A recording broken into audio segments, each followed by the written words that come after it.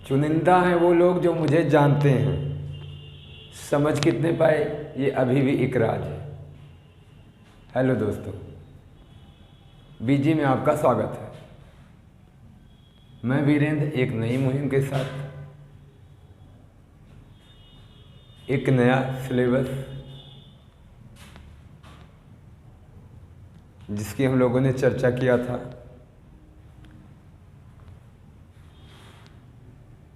वो आगे बढ़ाता हुआ आपके अपने पुराने सिलेबस मैं इसको कंटिन्यू कर रहे हैं। ठीक है ना। नंबर सिस्टम हम लोग पढ़ रहे थे। नंबर सिस्टम में मैंने उस दिन मोटा मोटी बताया था नंबर्स क्या होते हैं। एक छोटी सी उसमें मिस्टेक हुई थी जो मैंने आपको कमेंट बॉक्स में लिख दिया था। दरअसल वहाँ पे मैंने जो इंग्लिश वर्जन में कॉम्प्लेक्स नंबर लिखा था, एक्चुअल में वहाँ इमेजिनरी नंबर होना चाहिए था, और जल्दबाजी में हिंदी दिमाग में था, अंग्रेजी ध्यान नहीं दिया। उसमें हमने क्या लिख दिया था भाई, कॉम्प्लेक्स लिख दिया था। कॉम्प्लेक्स का मैंने बता दिया था, कॉम्प्लेक्स नंबर जो होता है, इसको ध्यान दे लेना, एक जो रियल नंबर होता है और एक जो इमेजिनरी नंबर होता है,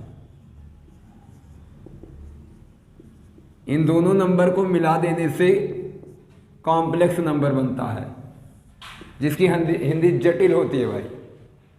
ठीक है ना। यानी रियल नंबर और इमेजिनरी नंबर मिलता है तब आपका कॉम्प्लेक्स बनता है। उस दिन जो मैंने लिखाया था वो इमेजिनरी नंबर था, यानी इमेजिनरी में क्या आएगा सर, आई आएगा, और कॉम्प्लेक्स में क्या आएगा, कोई भी ले लो। सॉरी, रियल में क्या आएगा, रियल में कोई भी ले लो, तुम 3 ले लो, 5 ले लो, कुछ भी ले लो, या तुम जो भी मर्जी है और भी नंबर ले सकते हो, -3 ले सकते हो, 3/2 ले सकते हो, कोई दिक्कत नहीं है। डेसिमल का कोई नंबर ले सकते हो, कोई भी डेसिमल का नंबर। हाँ, ये दोनों नंबर जब मिल जाएंगे ना तो यही आपके क्या कहलाएंगे, कॉम्प्लेक्स कहलाएंगे। यही आपके कॉम्प्लेक्स कहलाएंगे, ध्यान रहे। ठीक है ना भाई। अब इसको ऐसे भी आप जोड़ सकते हैं, ऐसे जोड़ दिया आपने इसके साथ 5i जोड़ दिया, कोई फ़र्क नहीं पड़ना, आप जैसे भी।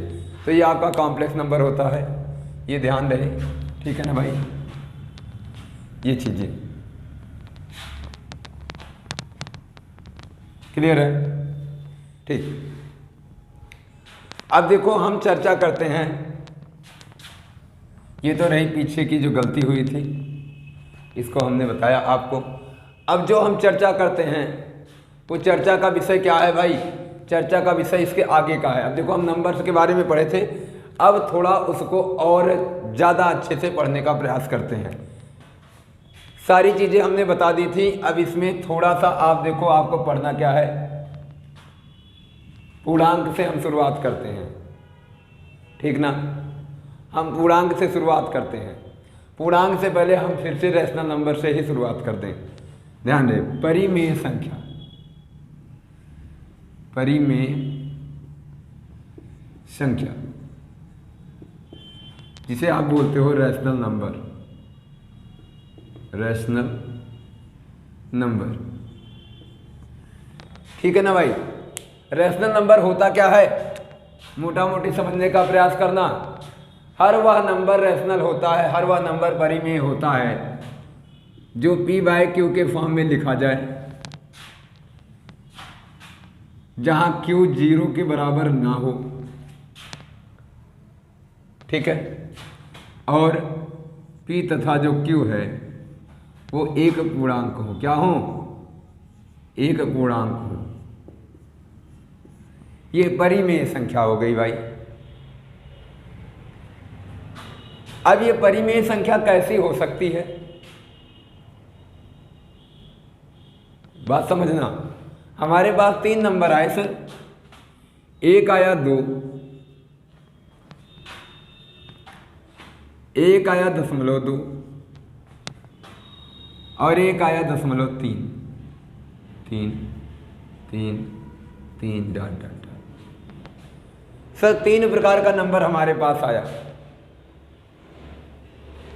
इन तीनों में सर अब कौन सा हम परिमेय माने, ध्यान रहे, ऐसे नंबर जब भी कभी आएंगे तो इसको तुम्हें दिमाग में रखना है कि ये नंबर भी तुम्हारा क्या हो जाएगा, परिमेय हो जाएगा।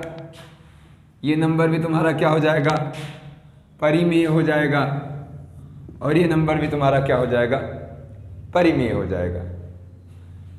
इसको क्या बोलेंगे, इसको पूर्ण अंक बोलेंगे।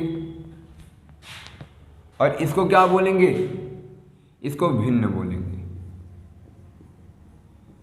और भिन्न का वो भी कौन सा, दशमलव भिन्न,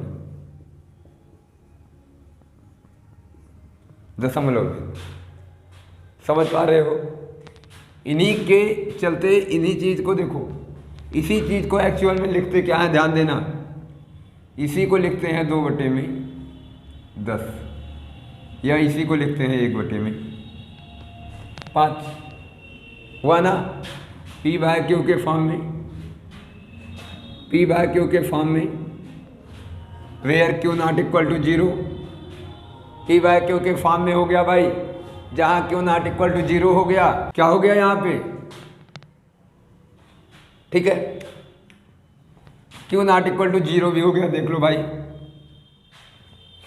अभी इसको देखते हैं ये होता क्या है।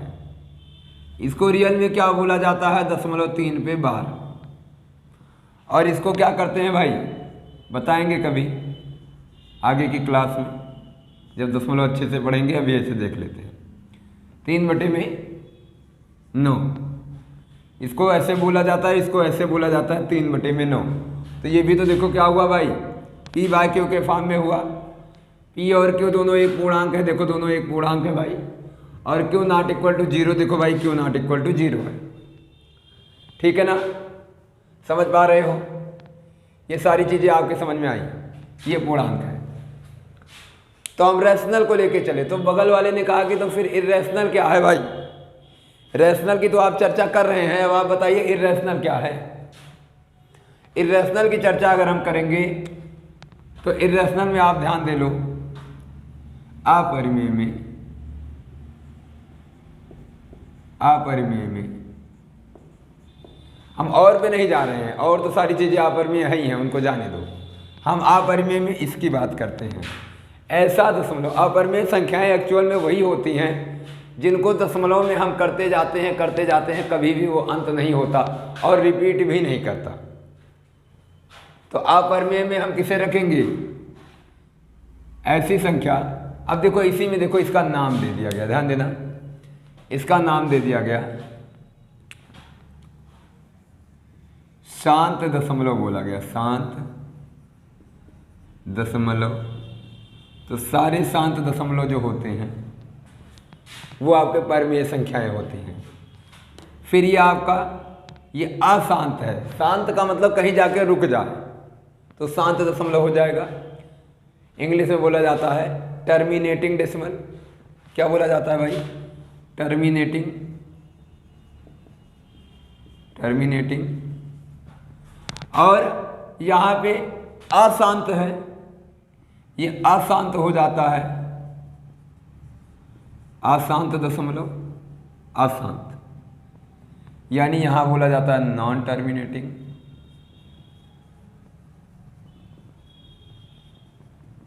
Non terminating. अशांत के साथ साथ एक चीज और बोला जाता है भाई, अशांत के साथ साथ एक चीज और बोला जाता है आवर्ती।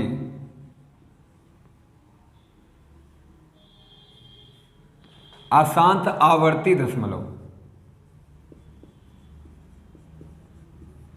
अशांत आवर्ती दशमलव हो जाता है। अशांत आवर्ती दशमलव का मतलब non terminating but recurring, repeating, recurring, ठीक है ना।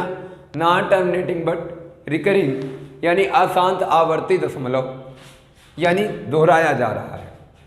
और एक प्रकार का दशमलव और आता है, वही दशमलव हमारा अपरिमेय होता है और उसी दशमलव के रूप में हमारे रूट की सारी वैल्यू जो बाहर नहीं निकल पाती वो हो जाती हैं, जो आपके पाई के मान हो जाते हैं, जो आपका ग्रेविटेशनल जी कांस्टेंट जी का मान हो जाता है, वही आपका एवोगाड्रो नंबर n का मान हो जाता है। वो सारी चीज़ें डेसिमल में चलती चली जाती, कभी एंड नहीं होती। और ये भी नहीं कि रिपीट कर रही हूँ, रिपीट भी नहीं करती, कभी कुछ कभी कुछ कभी कुछ होता रहता है। ऐसे दशमलव को, जैसे मैं एक मोटा मोटी कॉमन सा एग्जाम्पल ले लूँ तुम्हारा, जैसे मैं कहूँ 0.2567 ऐसे चला जाए। एक मोटा मोटी अगर आप देखो तो 2-5 आपने सोचा चलो 2-5 रिपीट हो रहा लेकिन नहीं हुआ, 6 हो गया। अब आपने सोचा चलो 2-5 6 रिपीट हो रहा लेकिन नहीं हुआ, 7 हो गया। आपने कहा चलो 7 रिपीट होगा, नहीं हुआ, 8 हो गया। ऐसे ही चलता चला गया, यानी ये रिपीट नहीं कर रहा है सर। और जब रिपीट नहीं करेगा तो ऐसा दशमलव क्या कहलाएगा? ऐसा दशमलव आपका कहलाएगा अशांत। ये भी अशांत है, कभी अंत नहीं हो रहा है, अशांत। आवर्ती के बजाय अनावर्ती हो जाएगा, अनावर्ती, अनावर्ती दशमलव।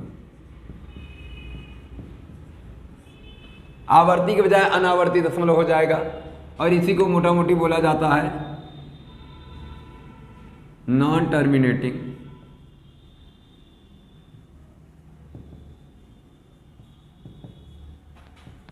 और नॉन रिकरिंग। क्या? Non recurring, non terminating non recurring decimal हो जाता है ये भाई, नॉन टर्मिनेटिंग नॉन रिकरिंग। और यही जो आपके होते हैं नॉन टर्मिनेटिंग नॉन रिकरिंग, ये ध्यान रहे, यही टोटल आपके जो डेसिमल होते हैं, यही सारे के सारे आपके इसी टाइप के नंबर्स आपके अपरिमेय होते हैं, इर्रेशनल होते हैं, इर्रेशनल होते हैं। क्या हो गया? टर्मिनेटिंग, क्या हो गया नॉन टर्मिनेटिंग, क्या हो गया रिकरिंग, क्या हो गया नॉन रिकरिंग। आपने समझ लिया। जो दशमलव की संख्या कहीं जा करके रुक जाए वो हमारी टर्मिनेटिंग है, शांत दशमलव है।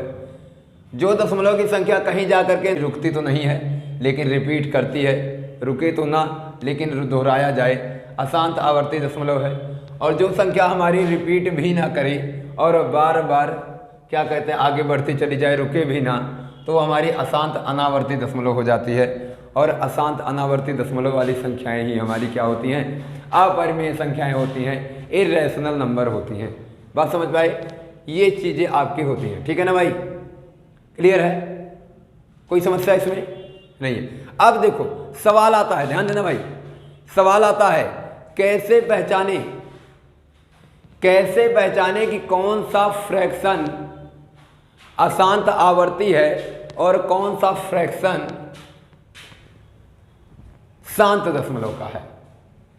हटा दें, अब इसको हटा देते, क्योंकि देखो भाई अगर कोई संख्या भिन्न में लिखी है, अगर कोई संख्या भिन्न में लिखी है तो सर वो पक्का है। भिन्न का मतलब दशमलव भिन्न में नहीं, ध्यान रहे, इस भिन्न में। अगर कोई संख्या इस भिन्न में लिखी है तो सर वो पक्का है इन्हीं दोनों में से गुजरेगी, इसमें नहीं आएगी। तो यानी सर हमें मोटा मोटी सबसे अच्छा पढ़ना क्या है? सबसे ज़्यादा परिमेय संख्या पढ़ना है भाई, परिमेय संख्या। अभी मैं कुछ क्लू बताऊंगा आपको, समझिएगा सवाल जहाँ से आता है। अभी देखना परिमेय संख्या। अब परिमेय संख्या में इन दोनों की हम चर्चा कर लेते हैं। तुम्हारे पास एक चीज़ें हैं, 3/4 था, एक संख्या आया 5/7 आया, एक संख्या आया 9/45 आया और एक संख्या आया 1/100, 1/160। मान लो एक और ले लो भाई, 2/25 ले लो। अब ये तुम थोड़ा सा समझने का प्रयास करना, मैं जो तुम्हें समझाना चाह रहा हूँ। ये 5 संख्याएं हम ले करके और इसमें चेक करने का प्रयास करते हैं कि इन दोनों में से क्या बनेगा। ध्यान देना, ऐसे सवाल आ गए और आपसे कह दिया कि इसमें बताइए कौन सा शांत दशमलव है और कौन सा अशांत दशमलव है। बड़ा आसान है। देखो मैं भाई एक एक स्टेप चल रहा हूँ, मेरी बात समझना। मैं बीच में आ गया, मैं थोड़ा सा समझा दूंगा तभी आगे बढ़ूंगा, क्योंकि भविष्य में जरूरत पड़ी तो आप अगर मान लो एग्जाम में आ जाए तो क्वेश्चन कर पाओ। ठीक है ना भाई। देखना, अभी चूंकि मैं परमेय संख्या पे आया हूँ तो परमेय संख्या पे क्या पूर्णांक होता है और भिन्न होता है। देखो भिन्न छोटा सा पार्ट है, समझना बात को। भिन्न में मैं समझा दूंगा, आप समझ जाओगे। इसके आगे फिर कैलकुलेशन में जाएंगे, वो अलग की बात है। अभी नॉर्मली इसके बाद पूर्णांक जब पढ़ेंगे तो बहुत बड़ा पढ़ना है, उसमें सारे नंबर्स आ जाएंगे, फिर हम नंबर्स का गेम करेंगे अच्छा खासा। इसका मतलब है पहले इसको छोटा सा पढ़ लेते हैं। ठीक है ना भाई। बस 10 मिनट का समय देना, मैं खत्म करता हूँ इसे। ठीक है। यानी सवाल आया कि सर कैसे माने कि शांत दशमलव है और कैसे माने अशांत आवर्ती दशमलव है। यानी इस सीरीज में सर हमें पता आ गया अगर फ्रैक्शन है तो या तो शांत दशमलव होगा और या तो अशांत आवर्ती होगा, अशांत अनावर्ती नहीं होगा भाई, नहीं होगा। क्लियर है ना। अशांत अनावर्ती नहीं होगा। तो कैसे मानेंगे भाई। देखो इधर ये आपका 2/25 है ना, 2/25। अब ये समझ लेना, ये हर जो है सबका डिनोमिनेटर जो है, जो सबका हर है भाई, डिनोमिनेटर भाई, इसको देख लेना। अगर ये 5 में बिलोंग करे या अगर ये 2 में बिलोंग करे या अगर ये 2 और 5 के साथ में बिलोंग करे। अब 2 की पावर कुछ भी हो, 5 की पावर कुछ भी हो, कोई मैटर नहीं रखता। 2 में बिलोंग करे, 5 में बिलोंग करे और या 2 और 5 दोनों के साथ में बिलोंग करे।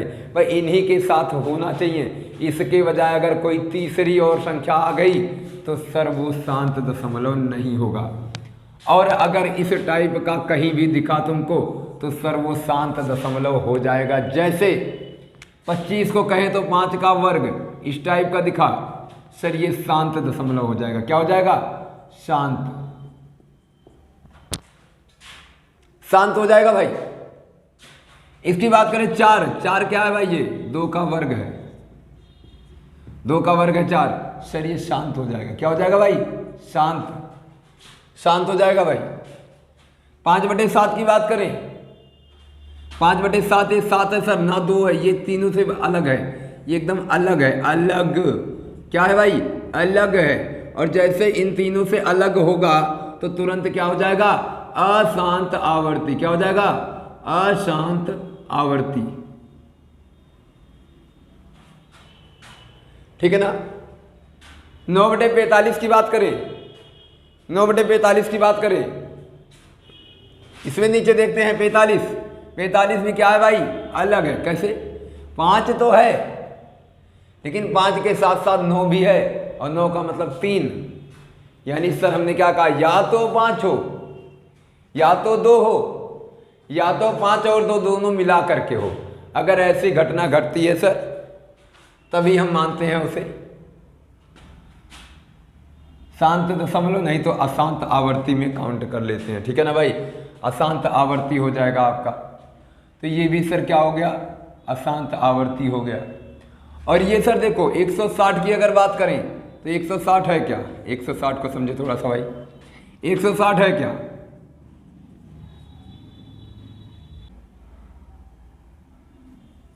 बत्तीस गुणे में 5 और 32 है क्या, 2 की घात 5 गुणे में 5। देखो सर ये बिलोंग किया यहाँ से, यानी 2 और 5 से ये चीज़ें जो आ रही हैं सर ये 2 और 5 से आ रही हैं।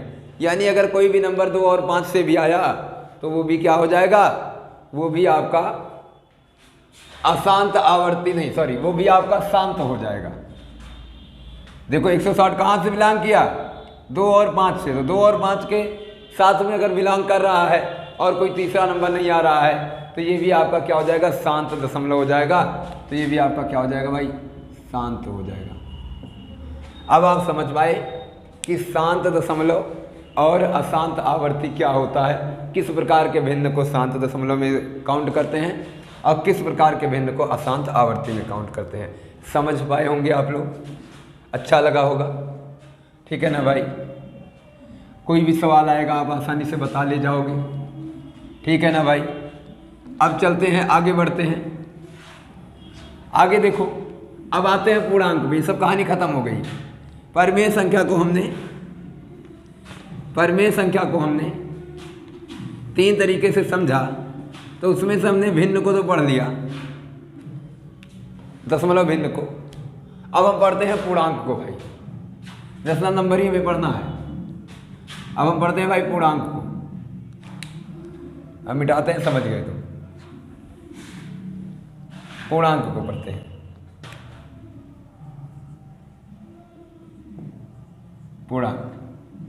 पूर्णांक पढ़ने के लिए सबसे पहले आप क्या बनाते हो भाई? नंबर लाइन बनाते हो, बना लो भाई नंबर लाइन।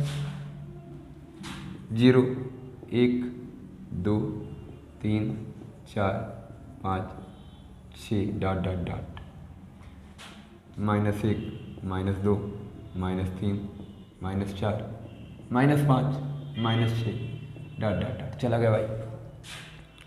अब सोचना कितना बढ़िया टॉपिक है, कोई समस्या नहीं, आसानी से आप समझोगे।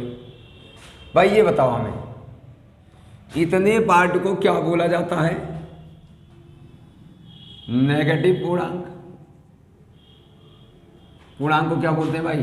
इंटीजर बोलते हैं। तो ये आपका नेगेटिव इंटीजर हो जाएगा,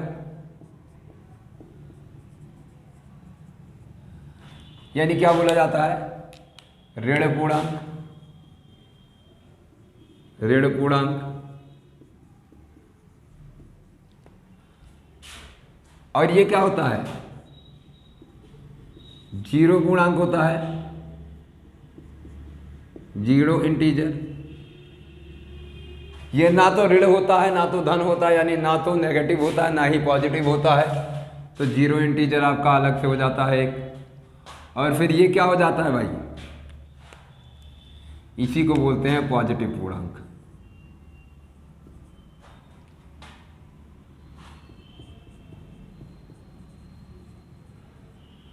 और ये आपका क्या हो जाता है? धन पूर्णांक।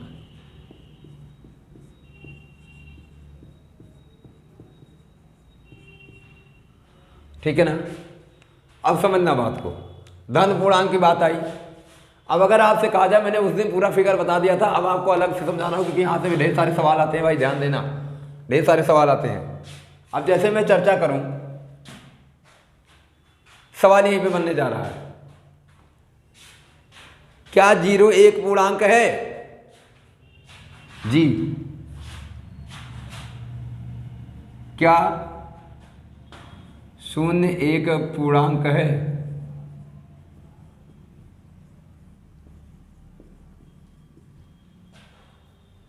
क्या 0 एक पूर्णांक है? तो उत्तर क्या आएगा? हाँ। ठीक ना? समझ पा रहे हो? Yes, 0 is an integer. ठीक है ना भाई? अब अगर आप में से सवाल आया, क्या 0 एक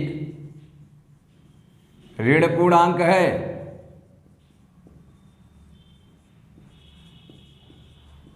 क्या 0 एक ऋण पूर्णांक है? तो आपका उत्तर आएगा नहीं। आपका उत्तर आएगा नहीं। फिर सवाल आता है, क्या 0 एक धन पूर्णांक है? पॉजिटिव इंटीजर धन पूर्णांक है? तो भी आपका उत्तर आता है नहीं।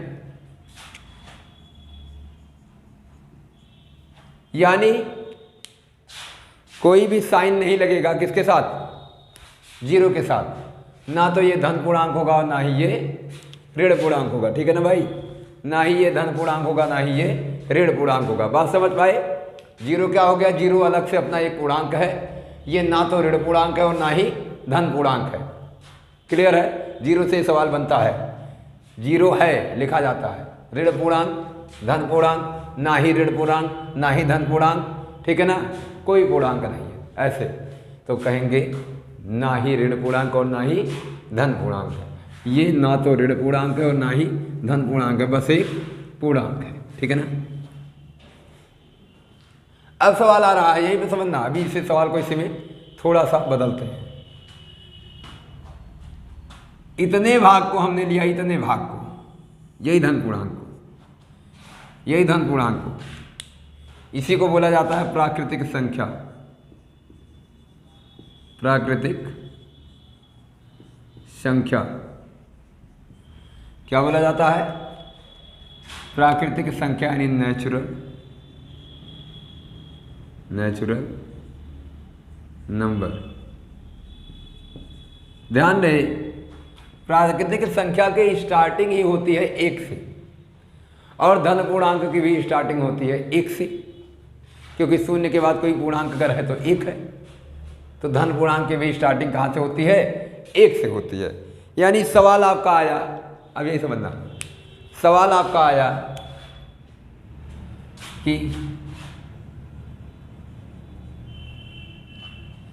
क्या 0 एक प्राकृतिक संख्या है? प्राकृतिक संख्या है। फिर सवाल आया, क्या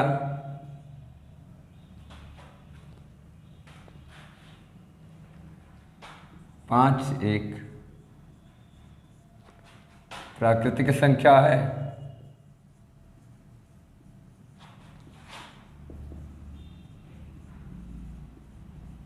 फिर सवाल आया, क्या -7 एक प्राकृतिक संख्या है? -7 एक प्राकृतिक संख्या है। यानी सवाल आपका आया कि क्या -7 एक प्राकृतिक संख्या है? क्या 0 एक प्राकृतिक संख्या है? क्या 5 एक प्राकृतिक संख्या है? यानी नेचुरल नंबर की बात कर रहा है। तो नेचुरल नंबर की अगर हम बात करेंगे सर, तो 0 एक प्राकृतिक संख्या नहीं है। सर अगर हम 5 की बात करेंगे तो 5 एक प्राकृतिक संख्या है। और सर अगर हम -7 की बात करेंगे तो -7 एक प्राकृतिक संख्या नहीं है, क्योंकि माइनस की सीरीज इधर जाएगी, वो ऋण इंटीजर है, यानी नेगेटिव इंटीजर है, ऋण पूर्णांक है, और ऋण पूर्णांक कभी प्राकृतिक संख्या नहीं होती, क्योंकि प्राकृतिक संख्या तो केवल धन पूर्णांक होती है। तो इसका मतलब ऋण पूर्णांक भी प्राकृतिक संख्या नहीं होगी। समझ पा रहे हैं सर? क्लियर हुआ? ये जो छोटे छोटे सवाल आते हैं एग्जाम में, ऐसे घुमा फिरा के पूछ लिया जाता है, आसान से सवाल होते हैं, हम कंफ्यूज हो जाते हैं। कंफ्यूज होने की ज़रूरत नहीं है। नंबर लाइन दिमाग में रखो, कहाँ से कैसे क्या बन रहा है, इसको माइंड में बनाते चलो, सारा काम तुम्हारा ओके होता चला जाएगा। ठीक है ना भाई? तो इस टाइप का सवाल भी आपको देखने को मिल जाता है, इस टाइप का सवाल भी आपको देखने को मिल जाता है। अब एक चीज़ और देख लेते हैं भाई, यहाँ से अगर 0 से, मैंने सब बता दिया, पहले ही मैं बना दिया हूँ सारा फिगर, एक इससे पिछले वाली क्लास में, लेकिन अब नए सिरे से क्वेश्चन कैसे पुटअप होते हैं उन सारी की चर्चा हम करते हैं। ठीक है ना भाई? सारी चीज़ों की चर्चा। अब देखो, इन्हीं प्राकृतिक संख्या में अगर 0 भी जोड़ दिया जाए तो इसी को बोलते हैं पूर्ण संख्या। क्या बोलते हैं? पूर्ण संख्या। इसी को बोलते हैं पूर्ण संख्या। क्या बोला जाता है भाई? Whole number. क्या बोला जाता है? Whole number. ठीक है ना भाई? तो ये होल नंबर बोला जाता है। अब ध्यान दे लेना, ये पूरा चला जाता है, ये पूरा चला जाता है, यानी हम इसी की बात करें तो ये पूरा होल नंबर में चला जाता है, यानी 0 भी शामिल हो जाता है। अब सवाल बन गया, क्या 0 एक पूर्ण संख्या है? पूर्ण संख्या है। क्या 0 एक पूर्ण संख्या है? फिर सवाल बना, क्या 5 एक पूर्ण संख्या है?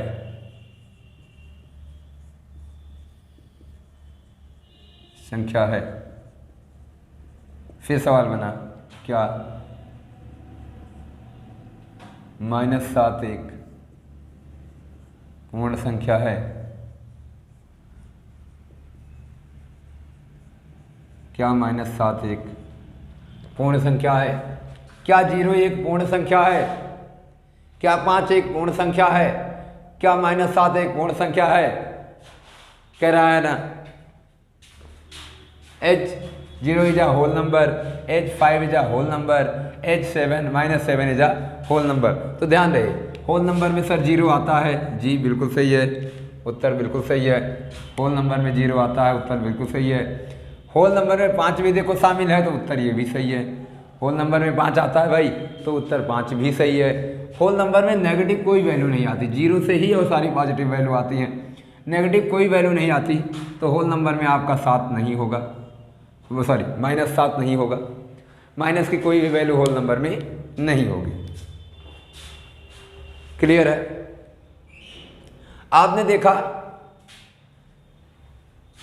नेचुरल नंबर देखा, होल नंबर देखा और पूर्णांक यानी इंटीजर देखा।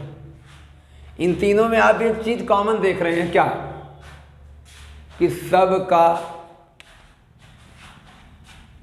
सबका हर जो है, हर जिसे डिनोमिनेटर बोला जाता है, ये सबका डिनोमिनेटर जो है भाई वो मात्र 1 है। आप गौर कर लेना, 1 है।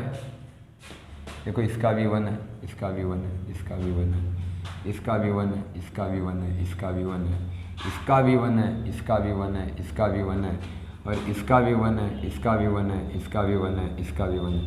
एक मोटा मोटी आप देख रहे हो तो जितने भी आपको पूर्णांक या प्राकृतिक संख्या या पूर्ण संख्या मिल रही है, इन सब में आप एक चीज कॉमन देख रहे हो कि सबका हर जो है भाई वो 1 है। 1 1 1 1 1 भाई देख लो, ना दिख रहा हो तो इधर से देखो, ये देखो 1।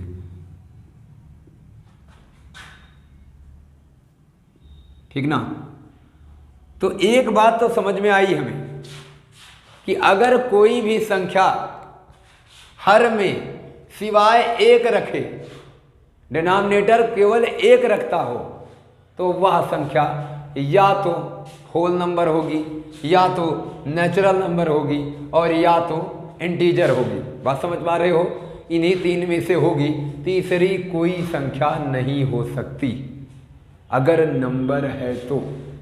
और अगर इसके बजाय कुछ और आया, इसके बजाय कुछ और आया, 5 के बजाय निचवा 1 की बजाय ये गोल होकर के कुछ और आ गया, 5/2 आ गया, तो सर तुरंत ये क्या बन जाएगा? ये फ्रैक्शन बन जाएगा। फ्रैक्शन सर, फिर ये पूर्णांक नहीं रह जाएगा, ये फिर इंटीजर नहीं रह जाएगा, ये फ्रैक्शन हो जाएगा।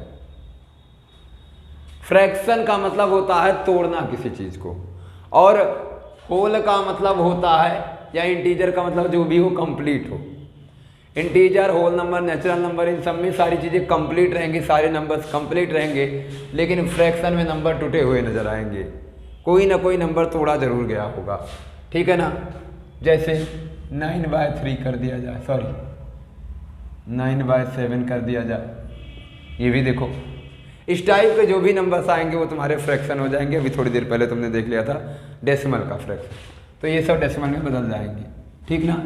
अब ये चीज़ें आपने समझ लिया, चीज़ें समझ में आ गई हैं। ठीक ना? थोड़ा सा सवाल हम और बनाने का प्रयास करते हैं, थोड़ा सा सवाल हम और बनाने का प्रयास करते हैं। अब एक चीज़ देख लो, बिना ग्राफ के हल्का सा सवाल बनाते हैं, लेकिन हल्का सा पहले समझ लो। मैं तुमसे कहता हूं कि ये हमारा नंबर है, ठीक है ना भाई? नंबर है, नंबर हमारा आया तो बना कॉम्प्लेक्स,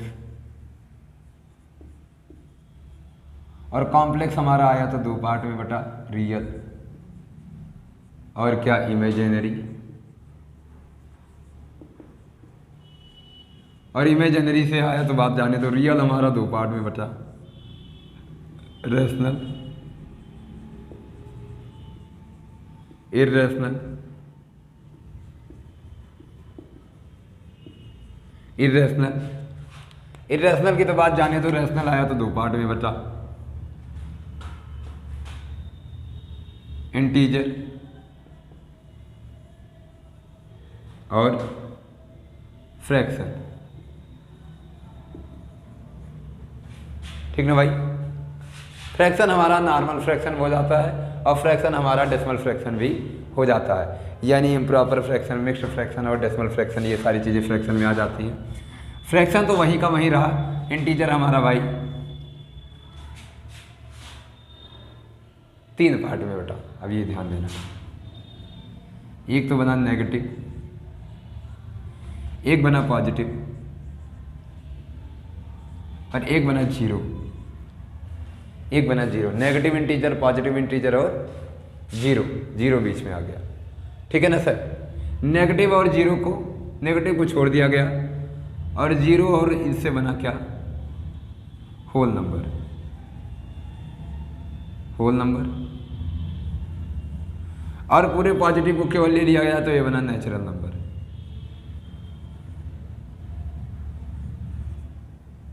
बातें समझ पाए ना भाई? ये इतना मोटा मोटी ग्राफ है, मोटा मोटी ग्राफ है। अगर हम देखें तो इसको कहेंगे संख्या, संख्या। इसको कहेंगे जटिल संख्या, जटिल संख्या, या मिली जुली सरकार, मिलाने पे ही जटिलता आती है। रियल नहीं है भाई, ये रियल है। किसने रियल लिख दिया? अच्छा मैंने रियल हो गया भाई, रियल हो जाएगा। रियल में क्या करेंगे? रियल को बोलते हैं वास्तविक, वास्तविक हो जाएगा भाई। और इसको बोलते हैं काल्पनिक, काल्पनिक हो जाएगा भाई। ये क्या हो जाएगा? ये रेशनल का मतलब क्या होता है आपका? परिमेय, परिमेय हो जाएगा भाई। ये अपरिमेय हो जाएगा,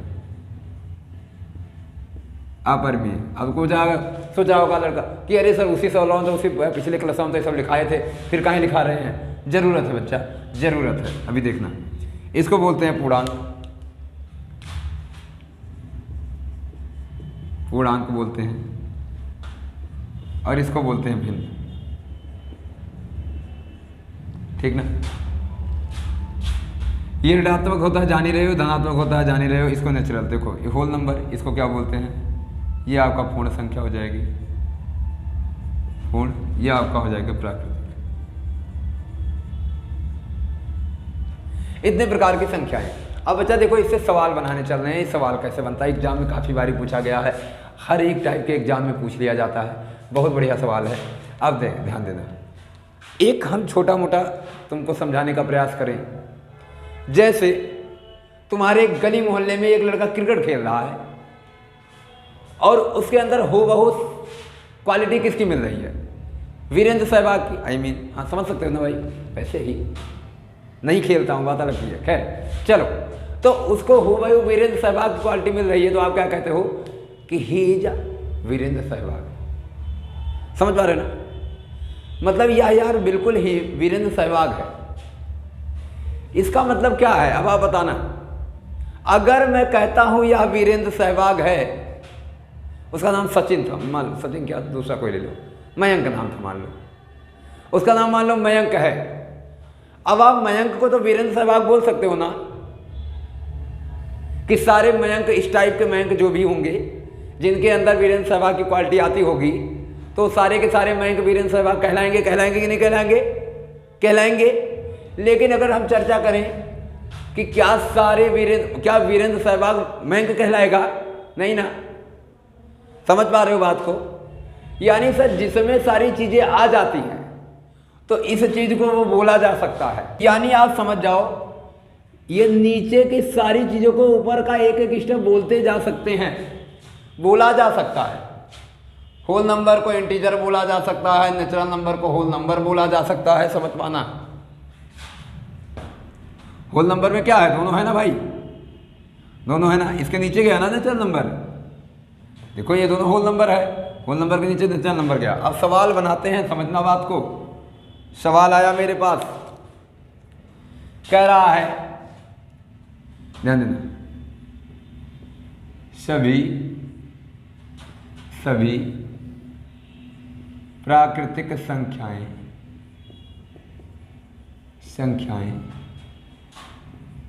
सभी प्राकृतिक संख्याएं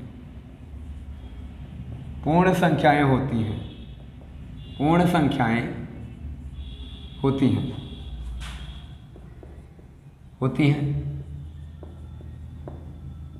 सभी प्राकृतिक संख्याएं पूर्ण संख्याएं होती हैं। सही है भाई, सभी प्राकृतिक संख्याएं पूर्ण संख्याएं होती हैं।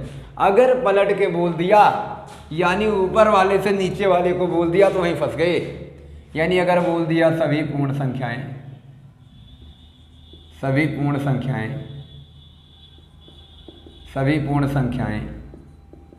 प्राकृतिक होती हैं।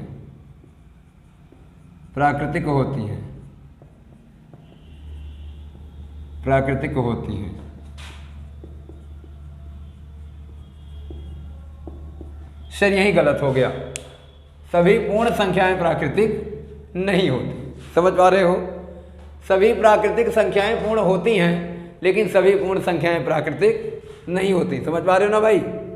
अब यही सवाल आ जाए, सभी पूर्ण संख्याएं या प्राकृतिक पूर्णांक होता है।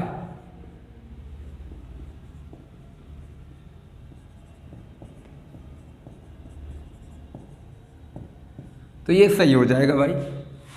सभी पूर्ण या प्राकृतिक संख्याएं अगर पूर्णांक होती हैं बोला जाए तो ये सही हो जाएगा। लेकिन अगर वहीं कहीं बोल दिया जाए कि सभी पूर्णांक पूर्ण या प्राकृतिक होता है,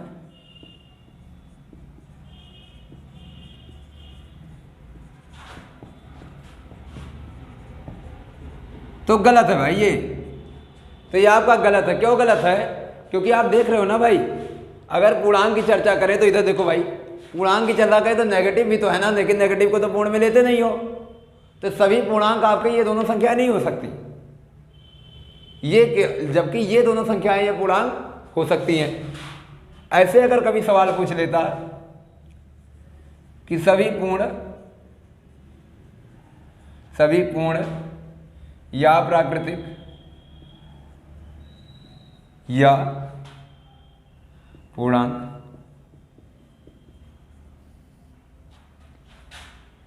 परिमेय होती हैं,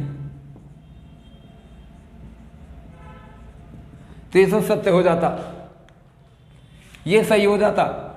और अगर इसी का उल्टा पूछ लेता, सभी परिमेय पूर्ण या प्राकृतिक, इसमें से कुछ भी दे देगा भाई, इन तीनों में से कोई एक ही देगा, इन तीनों में से कोई एक देगा कि सभी परिमेय संख्याएं पूर्ण संख्याएं होती हैं, या सभी परिमेय संख्याएं प्राकृतिक होती हैं, या सभी परिमेय संख्याएं आपकी पूर्णांक होती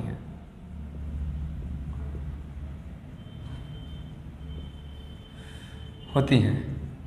तो सर ये आपका गलत हो जाएगा। क्यों गलत हो जाएगा? क्योंकि भाई परिमेय में तो आपकी वो भी संख्याएं आती हैं भिन्न भी। अभिन्न कभी पूर्णांक नहीं होता है कभी भिन्न पूर्णांक नहीं, भिन्न कभी पूर्णांक नहीं होता है। तो जब भिन्न कभी पूर्णांक नहीं होता तो इसका मतलब ये सभी की सभी जो आपकी परिमेय संख्याएं हैं वो पूर्ण संख्याएं प्राकृतिक संख्याएं या पूर्णांक नहीं होंगी सर, क्योंकि उसमें भिन्न भी शामिल है। जबकि सभी पूर्ण संख्याएं या प्राकृतिक संख्याएं या पूर्णांक जो होती हैं वो परिमेय होती हैं, क्योंकि वो जाकर के परिमेय में बदलती हैं। ठीक ना भाई। यानी ऐसे अगर चर्चा करते हैं तो सभी परिमेय संख्या की बात कर देता, परिमेय संख्या की सभी परिमेय संख्याएं सभी, अब देखो पूर्ण प्राकृतिक पूर्णांक या परिमेय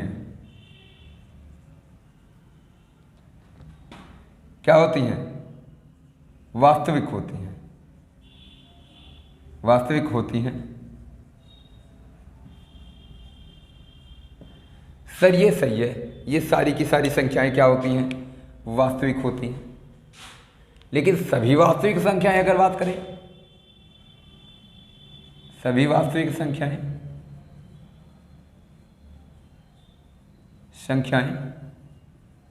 सभी वास्तविक संख्याएं पूर्ण, पूर्णांक, प्राकृतिक या परिमेय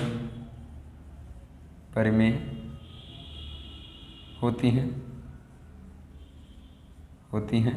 तो ये आपका भाई गलत हो जाएगा। ये आपका इतने टाइप के सवाल बनते हैं तुम्हारे, कोई ना कोई सवाल आ सकता है इसमें से, पक्का है। किसी ना किसी एग्जाम में रूबरू हो जाओगे ऐसे सवाल से, ठीक है ना। ऐसे प्रश्न कोई ना कोई दिख जाएगा। तो अगर कहेगा सभी पूर्ण संख्याएं वास्तविक होती हैं तो सर सही है, लेकिन अगर कहा सभी वास्तविक संख्याएं पूर्ण होती हैं तो सर गलत है, क्योंकि वास्तविक संख्याओं में आपका अपरिमेय भी संख्या होता है, और अपरिमेय संख्या कभी पूर्ण संख्या नहीं होती, ना पूर्ण होती है, ना प्राकृतिक होती है, ना पूर्णांक होती है, और ना ही परिमेय होती है। जब यही सब नहीं रहा तो वो कैसे हो जाएगा? समझ पाए ना भाई। यानी सभी पूर्ण संख्याओं को आप परिमेय तो बोल देंगे, लेकिन वास्तविक बोल देंगे, लेकिन सभी वास्तविक संख्याओं को आप परिमेय नहीं बोलेंगे। तो ज़्यादातर परिमेय का सवाल, उससे वास्तविक का सवाल किससे बनता है कि सभी परिमेय संख्याएं वास्तविक होती हैं, तो सर सही है, लेकिन सभी वास्तविक संख्याएं परिमेय होती हैं तो ये गलत हो जाएगा। ठीक, समझ पाए? यहीं तक सवाल पूछता है, कॉम्प्लेक्स से सवाल नहीं बनाता। कॉम्प्लेक्स तो आ गया था आपके उसमें सिलेबस में, रियल नंबर से ही है, तो रियल नंबर तक का सवाल बनता है। यानी कुल मिला करके इस रियल नंबर से एक नंबर का सवाल इस टाइप का भी बना देता है, इस टाइप का भी बना देता है, बात समझ लेना, इस टाइप का भी सवाल बना देता है। तो बच्चा ये समझ जाना, इस टाइप का सवाल आपका बना देता है। तो इस पर हमने चर्चा कर लिया नंबर्स के बारे में, जो भी जैसे चीज़ें होती हैं, कौन सी चीज़ें क्या होती हैं, कौन सी चीज़ें क्या नहीं होती हैं। अब देखो, अब इन्हीं में अगर मान लो वो दूसरे तरीके से पूछ ले, पूर्ण संख्या में 5 आता है, क्या 5 एक रियल नंबर है? यस सर है। क्या 5 परिमेय संख्या है? क्या 5 पूर्णांक है? ठीक है ना। इसी में से आपका -3 एक पूर्णांक है? -3 एक प्राकृतिक संख्या है? नहीं है। समझ पा रहे हो ना भाई? -3 आपका परिमेय संख्या है? -3 आपका वास्तविक नंबर है, वास्तविक संख्या है, रियल नंबर हो जाएगा। ऐसे भी सवाल आ जाता है ढेर सारा। क्लियर है ना? ऐसे सवाल आ जाते हैं। यानी इस सीरीज से मोटा मोटी उठा करके रख देता है। 3/5 एक परिमेय संख्या है, बिल्कुल है, ठीक ना। पाई एक परिमेय संख्या है, उसने बताया था, नहीं है। पाई एक वास्तविक संख्या है। एवोगाड्रो नंबर यानी एक वास्तविक संख्या है, ठीक है। ग्रेविटेशनल कांस्टेंट, गुरुत्वाकर्षण स्थिरांक एक वास्तविक संख्या है, लेकिन परिमेय संख्या कहेंगे तो नहीं होगा, पूर्णांक कहेंगे तो नहीं होगा, ठीक ना। ऐसे नंबर के अकॉर्डिंग पूछ सकता है, तो आप उसको भी बता सकते हैं। यानी आप लगभग इस टाइप के सवाल यहाँ से बता सकते हैं। आज की वीडियो में मैं इतना ही रखता हूँ। कल मैं आपको सम और विषम के बारे में, भाज्य और अभाज्य के बारे में और इनसे रिलेटेड सवालों को समझाऊंगा, और सम विषम से रिलेटेड जितनी भी प्रॉपर्टीज बनती हैं, जितने भी नियम बनते हैं, उन सब को बताऊंगा। उन्हीं सब के अकॉर्डिंग सवाल को आगे बढ़ाएंगे, और ये ख़त्म होने के बाद फिर हम डिविजिबिलिटी पढ़ेंगे। डिविजिबिलिटी का बहुत बड़ा रोल है एग्ज़ाम में हमारे, और हम जब डिविजिबिलिटी पढ़ेंगे तो उसी समय हम ढेर सारे सवाल को उठाएंगे जो हमारे इस नंबर सिस्टम का टॉपिक तो नहीं रहेगा, लेकिन फिर भी हम उसको डिविजिबिलिटी से सॉल्व करने का प्रयास करेंगे। ठीक है ना भाई? समझे? आज के लिए इतना ही। ध्यान दीजिए, वीडियो हमारा पसंद आता है तो लाइक करिए, शेयर करिए, सब्सक्राइब तो बिल्कुल ज़रूर कीजिए भाई। अगर नहीं किए हैं आप, बेल आइकन को प्रेस कीजिएगा ताकि हमारा नोटिफिकेशन आपको टाइम टू टाइम मिलता रहे। और हाँ, मैंने आपको जो बताया था, जो मुहिम मैंने चालू की थी, हमारे वीडियोज़ क्वेश्चंस वाले पढ़ने लगे हैं भाई। जीएस के क्वेश्चंस भी आपके जीएस वाले सर डाल रहे हैं, तो आप ध्यान दीजिएगा, उसको भी एकदम मेहनत से जा करके देखिए। आपको अच्छे अच्छे क्वेश्चंस मिलेंगे। शायद एग्जाम में 1-2 क्वेश्चन आ भी जाए, और शायद आपका 1-2 क्वेश्चन से सिलेक्शन ना हो रहा हो भी जाए। ठीक है ना भाई?